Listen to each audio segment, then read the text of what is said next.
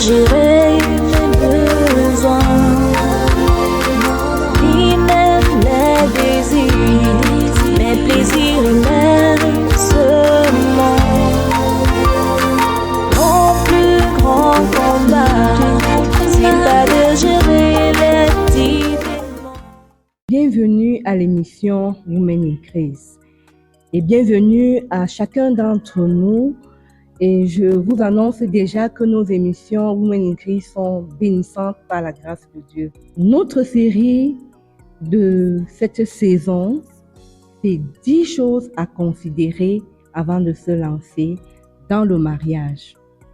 Et la première chose que nous allons étudier ce matin, les critères de choix pour un conjoint. Un critère, c'est un signe, c'est un indice qui nous permet de juger. C'est quelque chose qui nous permet de pouvoir discerner et de pouvoir faire des choix. Depuis la nuit des temps, les gens se sont mariés sur la base des critères. Donc, jamais personne ne s'est levé et a décidé de se marier simplement. Pour se marier, on obéit à un certain nombre de critères. Dans la Bible, les personnages bibliques se sont toujours basés sur des signes, sur des indices pour pouvoir se marier ou pouvoir envoyer leurs enfants en mariage. Nous voyons le cas d'Abraham. Abraham était un personnage central dans la Bible. Et nous voyons par son exemple qu'il ne pouvait laisser son fils Isaac se marier simplement comme ça. Il avait des critères.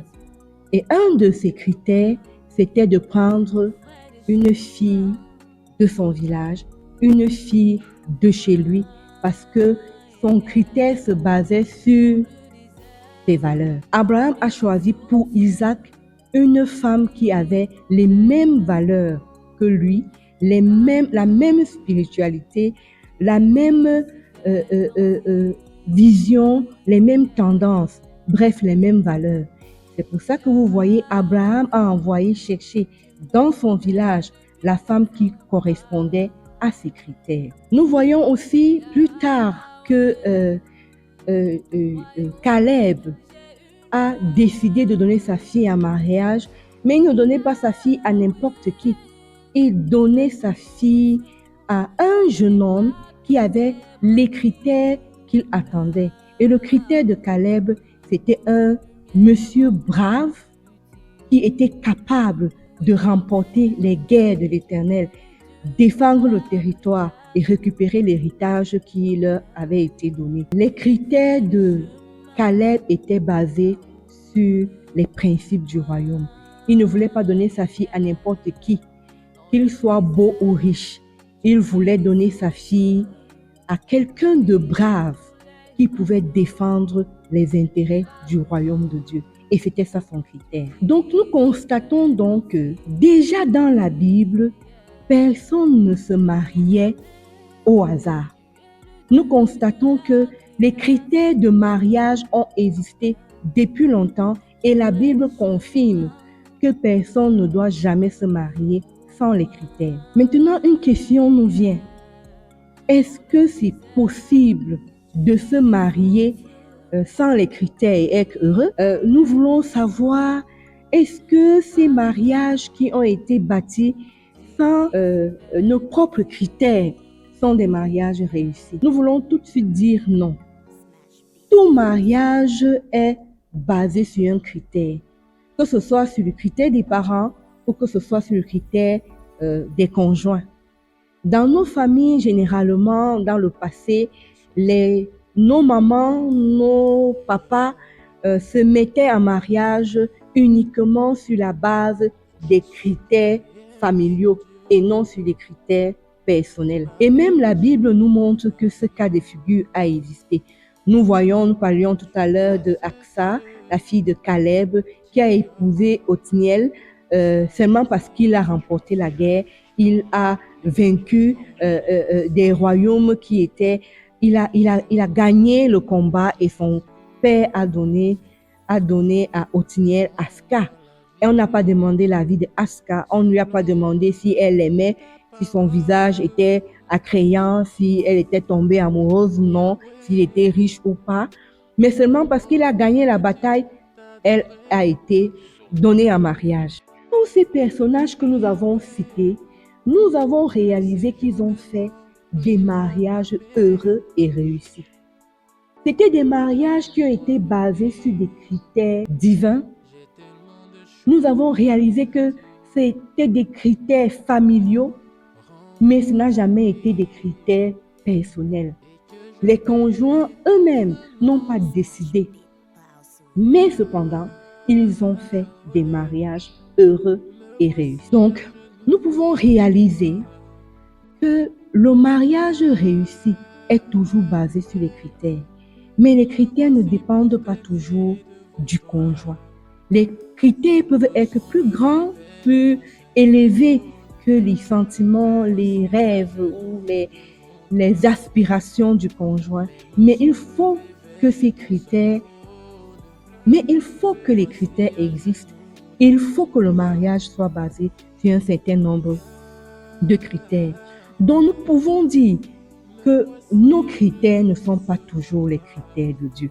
Je le répète, nos critères ne sont pas toujours les critères de Dieu. Je sais que dans notre civilisation, on a peur de Dieu.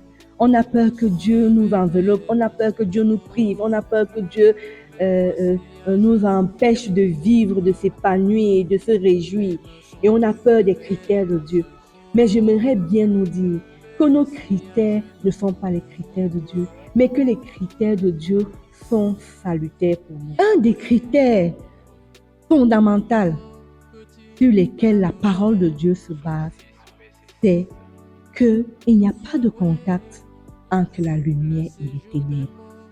Si seulement on se base sur ce critère, si seulement on s'appuie sur ce critère, on aura un mariage réussi. Autre chose, dans la recherche de notre conjoint, la place du Saint-Esprit est incontournable dans, je peux dire, la rédaction de nos critères ou dans l'établissement de nos critères.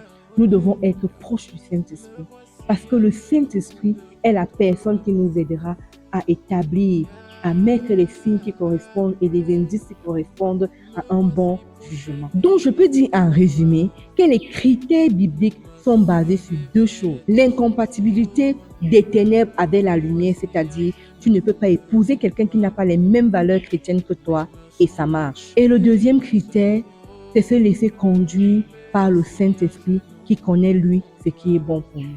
Dans le psaume 32, verset 8, la Bible dit « Je t'instruirai, je te montrerai la voie que tu dois suivre et encore, je te conseillerai. J'aurai mes regards sur toi. » Donc, en tant qu'enfant de Dieu, un des critères sur lequel nous devons nous appuyer, c'est rechercher la voie du Saint-Esprit, la pensée de Dieu sur le choix de notre conjoint. Ça, c'est le critère incontournable pour tout enfant de Dieu. J'ai récemment parlé avec une jeune fille sur ces critères sur le choix de son conjoint, une jeune fille qui avait la vingtaine. Et elle m'a dit, Pasteur Archange, j'aimerais que mon futur mari soit grand, qu'il soit riche, qu'il soit beau, qu'il ait beaucoup d'argent, qu'il ait une voiture, une maison, et qu'il soit le style que quand je marche avec lui, tout le monde m'envie. C'est ça les critères des jeunes filles. Mais nos critères ne sont pas les critères de Dieu. Pour des chrétiens charnels, ces critères se basent généralement sur les valeurs extérieures, sur la sécurité financière, matérielle. Pour des chrétiens spirituels, on réalise qu'ils ne négligent pas les aspects extérieurs, beauté physique, sécurité financière, matérielle, mais leur priorité, c'est les valeurs chrétiennes. C'est la pensée de Dieu. Je ne suis pas en train de dire qu'il faut négliger les aspects extérieurs. Je ne suis pas en train de dire qu'il faut négliger la beauté physique. Quand Dieu a donné à Adam une femme et que Adam s'est réveillé, il a constaté que la femme était très belle. C'était waouh. Et il s'est écrié, cette fois-ci, voici enfin l'os de mes os, chair de ma chair. Donc, je ne suis pas en train de dire qu'il faut choisir une femme dont on n'apprécie pas l'extérieur, les formes ou la beauté physique.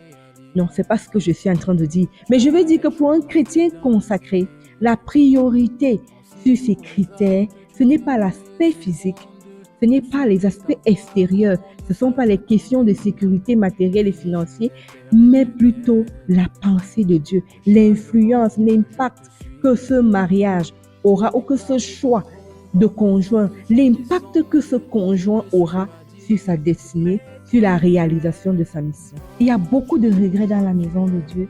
Il y a beaucoup de regrets dans notre... Pourtant, on avait bien nos critères. Pourtant, on a respecté nos critères. Mais à la fin, on regrette.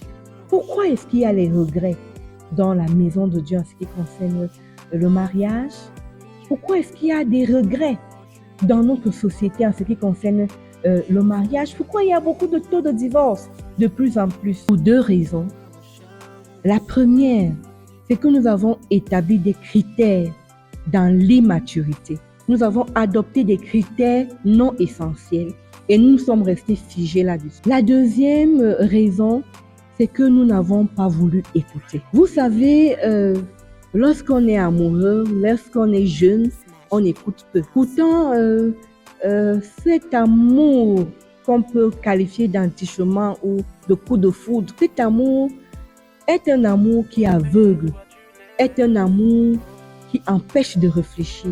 Nous avons donc besoin d'être entourés de bonnes personnes qui peuvent nous conseiller et qui peuvent nous conduire et nous guider quand nous sommes embrouillés par l'amour, quand nous sommes emportés. Alors on vient à la question, les critères garantissent-ils un bon mariage ou un mariage réussi? Je dirais oui, si ce sont des critères matures, si ce sont des critères salutaires basés sur Dieu. Un bon mariage, c'est le fruit de beaucoup de travail, plus la grâce de Dieu. J'aimerais nous donner quelques conseils. Le premier conseil, c'est que nous devons être tolérants. Dans l'établissement de tes critères, sois tolérant. Parce que, vois-tu, tu ne trouveras pas un ange. Alors ne sois pas intransigeant sur tes critères. Tu ne trouveras pas un ange ici-bas. Le deuxième conseil que je peux te donner, c'est que aie Dieu pour allié. Parce que tu ne peux pas de toi-même garantir le bonheur et le succès. Et tu ne peux pas de toi-même prévenir le malheur et le désastre, malgré tes critères. Mais Dieu qui te connaît, et qui te connaît aujourd'hui, qui te connaît demain, qui te connaît à 50 ans, qui te connaît dans la vieillesse, ce Dieu est capable de te donner la bonne personne au bon moment et qui pourra t'accompagner dans les différentes étapes de ta vie. Tu ferais mieux d'avoir Dieu pour allié. Un dernier conseil, fais une très longue liste. Mais cette liste ne te servira pas à choisir ton conjoint, mais cette liste-là te permettra de préparer ton conjoint dans la prière, dans le jeûne, car chacun peut faire de son désert un oasis. Ne cherche pas déjà un paradis, ne cherche pas déjà un diamant brillant, parce que tu es capable de fabriquer un oasis dans ton désert. Parce que par le travail, tu peux faire briller le diamant que tu possèdes. Nous allons prier. Seigneur, je te prie pour nos jeunes gens. Je te prie pour ceux qui veulent bien avoir ton conseil. Seigneur, je te prie pour tous ceux qui ont soif de ta direction. Je te prie pour que tu interviennes. Seigneur, il y a ceux-là qui sont embrouillés, qui sont confus. Je veux te prier, oh Dieu, pour que tu les viennes en aide. Déjà, tu nous dis dans ta parole que tu vas nous conseiller, que tu vas nous instruire. Tu as dit, Seigneur, que tu auras les regards sur nous. Je prie, oh Dieu, aie les regards sur les jeunes gens, aie les regards sur les jeunes filles. Et je veux te prier, mon Dieu, mon roi, pour que personne ne loupe le discernement du conjoint que tu as réservé pour lui. Je veux te prier pour que tu guérisses quelqu'un des mauvaises motivations Mais je veux te prier pour que tu le conduises, pour que tu conduises une jeune fille, pour que tu conduises un jeune homme dans sa destinée. Je veux te prier, Seigneur, pour que personne ne loupe, Seigneur, le discernement du conjoint que tu as réservé pour lui. Au nom de Jésus-Christ. Amen. Mon plus grand